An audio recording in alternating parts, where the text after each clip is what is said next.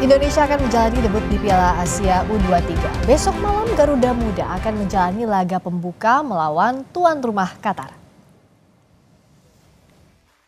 Skuad asuh Sintayong akan menghadapi lawan berat, yakni tuan rumah Qatar di Yassin bin Hamad Stadium di laga perdana Piala Asia U23 Senin malam. Kiper timnas Indonesia Dava Fasya optimistis dengan kemampuan timnas melawan tuan rumah. Latihannya tidak terlalu berat, latihan ringan, tapi tetap fokus dan kerja keras. Dan coaching staff juga memberikan pesan dan motivasi untuk kita bisa sampai final nanti. Kita tidak boleh meremehkan lawan, yang penting kita kerja keras, kita berusaha, yakin pasti bisa. Pertemuan Indonesia dan Qatar pada Senin malam bukanlah yang pertama. Dari 5 pertemuan terakhir di level senior, Indonesia menelan kekalahan 3 kali, imbang 1 kali, dan menang sekali. Kemenangan tercipta di Piala Asia tahun 2004 dengan skor 2-1. Di Piala Asia U23 2024, Indonesia tergabung di grup A bersama tuan rumah Qatar, serta 2 lawan kuat, Australia dan Yordania.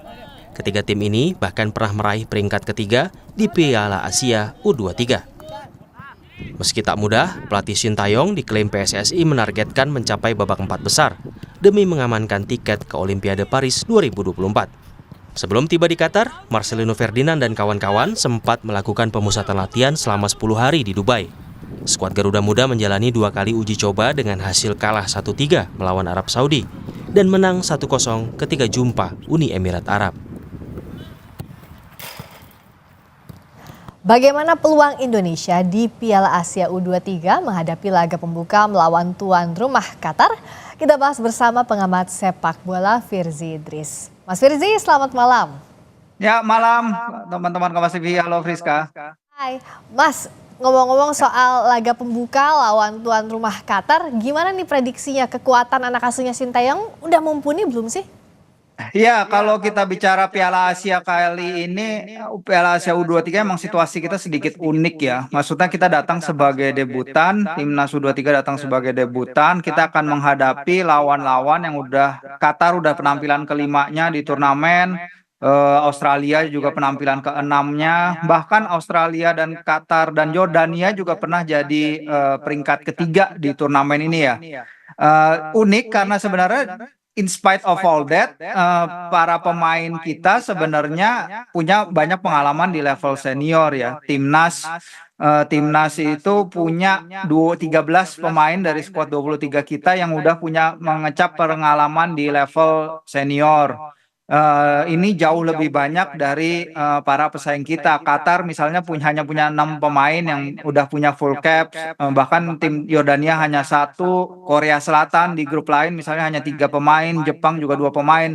Jadi in a way kita itu tim yang minim pengalaman, tapi di satu sisi kita punya pengalaman tanding di level senior yang pemain-pemainnya itu juga turun di Piala Asia U23 ini. Jadi menurut saya kita mungkin akan menjadi tim kejutan sih Mbak Friska nanti di turnamen.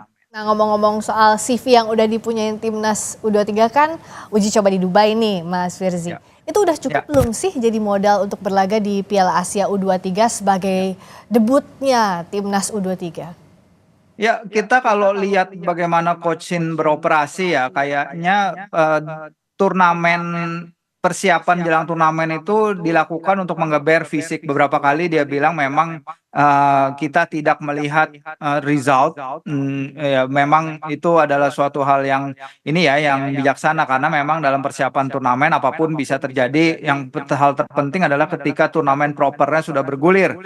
Kalau kita lihat bagaimana coach Shin selalu menyiapkan timnya, aspek fisik selalu jadi yang utama walaupun memang dia menyikapi ketidakhadiran beberapa pemain kita yang bermain abroad ya. Nah, ngomong-ngomong pemain abroad, kita juga punya kita membawa kita sebagai tim yang paling banyak mempunyai pemain yang bermain di luar negeri. Ada 5 kalau nggak salah, walaupun Justin Hubner masih dipakai jasanya bersama Cerezo Osaka sekarang dan kita nggak bisa memanggil Elkan Bagot. Tapi sejauh laga persiapan memang sejauh ini latihan fisik diutamakan dan ini juga terlihat di Piala Asia kemarin senior di mana akhirnya kita lihat fisik kita kurang lebih bisa bersaing dengan negara-negara Asia lain di fase grup dan juga babak berikutnya, Mbak. Nah, ngomong-ngomong Coach Shin ini kan nggak pasang target tinggi ya. Nah, kalau Coach Shin terakhir pasang target 4 besar untuk tiket Olimpiade Paris. Ini realistis nggak sih dengan kondisinya timnas U23 saat ini atau ya layak dikejar aja, layak dicoba Mas Firzi? Iya, soal target tinggi itu memang kita kalau mau target, kalau mau lolos otomatis kita kan harus peringkat ketiga ya. Sedangkan kalau peringkat keempat itu kita akan menghadapi playoff antar konfederasi melawan wakil dari Afrika.